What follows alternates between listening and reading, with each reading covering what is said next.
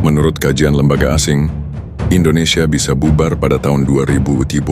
Kalimat itu diucapkan Prabowo Subianto pada tahun 2017. Dulu ditertawakan, dianggap lebay, bahkan dijadikan bahan olok-olok politik. Tapi, bayangkan, kalau itu bukan sekadar peringatan.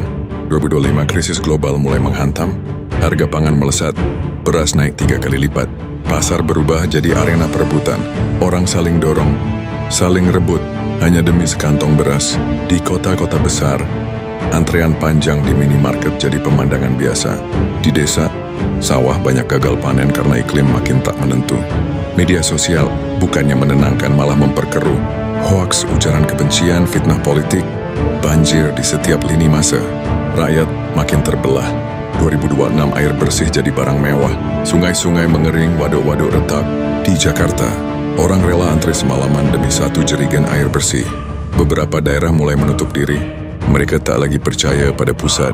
Daerah kaya tambang, sawit, dan pangan menolak kirim setoran. Untuk apa, kata mereka? Rakyat kami kelaparan sementara pusat cuma minta uang. Indonesia mulai retak. 2027 ekonomi jatuh bebas. Utang negara pecah rekor. Pemerintah terpaksa menjual aset strategis. Investor asing masuk, tapi bukan untuk membantu, melainkan untuk menguasai. Pelabuhan tambang, lahan pertanian semua berpindah tangan. Rakyat hanya jadi penonton di tanah sendiri. Di jalanan, anak muda menganggur. Pabrik-pabrik tutup, harga BBM melambung. Transportasi publik berhenti beroperasi. 2028, api konflik akhirnya menyala. Bentrokan antar wilayah pecah. Di Kalimantan, massa membakar kantor pemerintah daerah. Di Sumatera, demonstrasi berubah jadi perang antar warga. Di Papua, bendera lain berkibar, menggantikan merah putih. Rumah-rumah terbakar, jalanan penuh asap. Listrik padam berhari-hari. Stasiun TV hanya menyiarkan propaganda. Sementara kenyataan di lapangan jauh lebih kejam.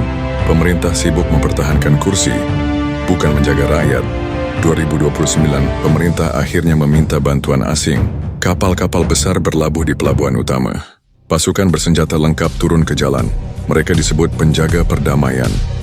Tapi laras senjata mereka mengarah bukan pada musuh dari luar, melainkan pada rakyat sendiri. Setiap perlawanan dianggap ancaman. Setiap suara kritis dibungkam dengan senjata.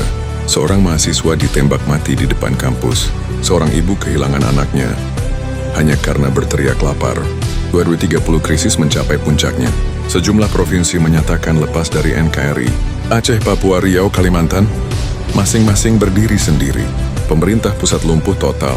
Gedung-gedung pemerintahan kosong. Bendera merah putih terakhir diturunkan, Indonesia resmi bubar. Tinggal nama di buku sejarah. Dulu ini cuma peringatan. Sekarang tanda-tandanya mulai muncul. Krisis pangan, polarisasi utang menumpuk, campur tangan asing. Semuanya ada di depan mata. Pertanyaannya, apakah kita siap atau kita hanya menunggu giliran? Kalau emang benar skenario ini kejadian, kira-kira Indonesia masih bisa bertahan nggak? Drop pendapat lo di komen, gua pengen baca. Jangan lupa follow, like, sama share biar makin banyak yang melek.